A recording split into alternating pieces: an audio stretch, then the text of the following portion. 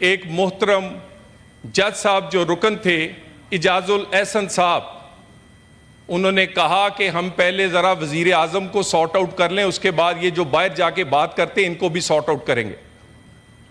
ये आगाज़ है। और उसके बाद उसके मेरा नोटिस, मैं वो पूरी केस फाइल आपके सामने इस हाउस के सामने रखना चाहता हूं।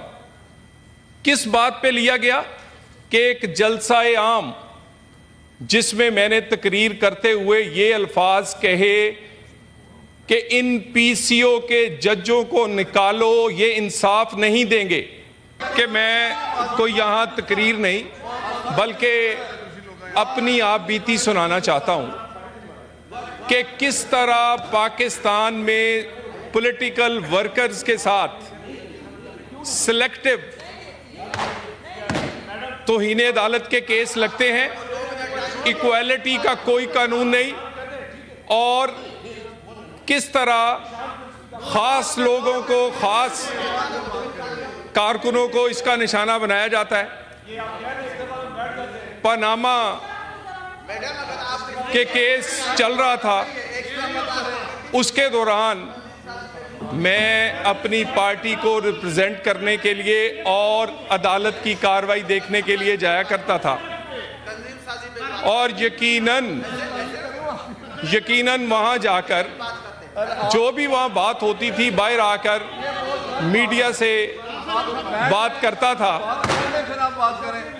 हमारे जो अपोजिशन के फाजल रुकन हैं या अरकान, वो सुन नहीं रहे थे। चेयरपर्सन, मैंने तो ये कहा है कि मैं कोई तकरीर करने खड़ा नहीं हुआ, मैं अपनी आप बीती इस हाउस के सामने रखना चाहता हूं कि एक सियासी कारकुन के तौर पे मैं एक लॉ ग्रेजुएट हूं, एक मिडिल क्लास से एक सियासी कारकुन हूं। किस तरह मुझे इसी तौहीने अदालत के कानून का निशाना बनाया गया, सिर्फ इसलिए कि उस वक़्त के हालात में मैं अपनी लीडरशिप और एक नज़रिए पे खड़ा था।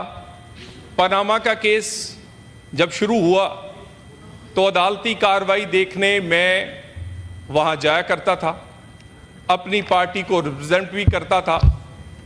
अदालती कार्रवाई के बाद यकीनन बाहर मीडिया से सवालों जवाब होते थे, हम अपनी बात करते थे, अपनी राय का इजहार करते थे। और उस वक़्त यानी मेरे तौहीने अदालत के नोटिस से कोई 6 महीने पहले उसी बेंच के एक मोहतरम जज साहब जो रुकन थे इजाजुल एहसन साहब, उन्होंने कहा कि हम पहले ज़रा वज़ीर आज़म को सॉर्ट आउट कर लें, उसके बाद ये जो बाहर जाके बात करते हैं इनको भी सॉर्ट आउट करेंगे। ये आगाज़ है।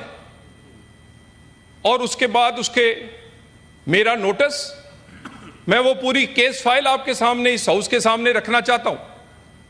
किस बात पे लिया गया कि एक जलसा-ए आम जिसमें मैंने तकरीर करते हुए ये अल्फाज कहे कि इन पीसीओ के जजों को निकालो, ये इंसाफ नहीं देंगे, और बड़े जोर से कहे कि पीसीओ के जज, किसी लॉफुल जज का नाम या किसी लॉफुल जज की मैंने बात नहीं की, लेकिन जिन लोगों ने पीसीओ के हलफ मुशर्रफ के तरले मिन्नतें करके, जिसमें खोसा साहब भी शामिल थे, साकिब निसार भी शामिल था, उठाए थे, उन्हें ही दर्द फील हुआ। मुझे तौहीन अदालत का नोटिस मिला। उस तौहीन अदालत के नोटिस में पूरे पाकिस्तान में कोई वकील जो बड़े बड़े नाम हैं, आज वो जज हैं, मेरा वकील बनने को कोई तैयार नहीं था। कि इसलिए कहते थे कि केस तो बिल्कुल इसमें कुछ नहीं है, तौहीन अदालत तो बनती नहीं है, लेकिन हम अदालत को नाराज नहीं कर सकते क्योंकि उनका मूड खराब है आपके बारे में। इसमें वो जज साहिबान के मैं नाम नहीं लेना चाहता, आज जज हैं वो। और उस सूरत हाल में हमारी क़यादत ने बात की आसमा जहांगीर साहिबा से, उन्होंने कहा कि वो केस लड़ेंगी, लेकिन वो केस पेश होने से पहले उसी फोन कॉन्वर्सेशन में उसके गवाह आजम नज़ीर तारड़ साहब भी हैं, वो वफात पा गई। उसके बाद भी मुझे 2 तारीखों पे कोई वकील नहीं मिला। मैं एहसानमंद हूं, ये हमारे हाउस के मेंबर भी हैं कामरान मुर्तजा साहब, पूरे पाकिस्तान में मुझे कोई वकील नहीं मिला, तो इन्होंने कहा चलो मैं तुम्हारे साथ खड़ा होता हूं। जनाबे वाला, आप ये देख लें कि मेरे जैसे के लिए कोई माफी नहीं थी। चेयरपर्सन साहिबा, पूरी दुनिया में तौहीन अदालत का कानून जिसमें स्कैंडलाइज करना है, रेडिक्यूल करना है, यह मुहज्जब दुनिया में खत्म हो चुका है। इस वाली साइड मुहज्जब भी है, ये खत्म हो चुका है। लेकिन आज भी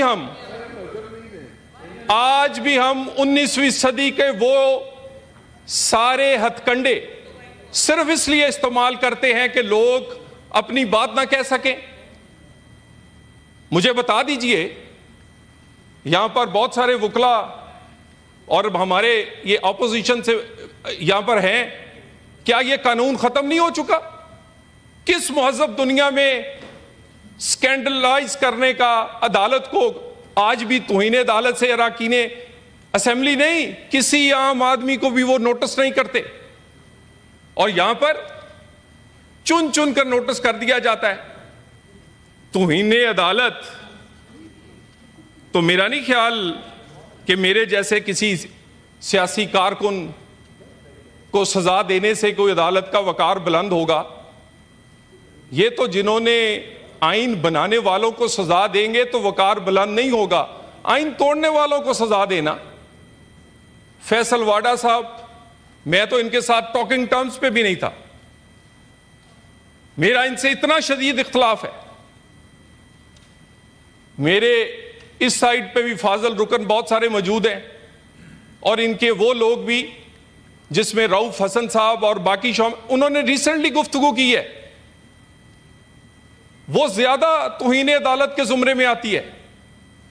लेकिन मैं सियासी कारकुन के तौर पर वो बुज़दिल नहीं हूं कि अपने मुखालफों को मैं कहूं कि टेक्निकलिटीज के पीछे छुपा कर नाअहल किया जाए।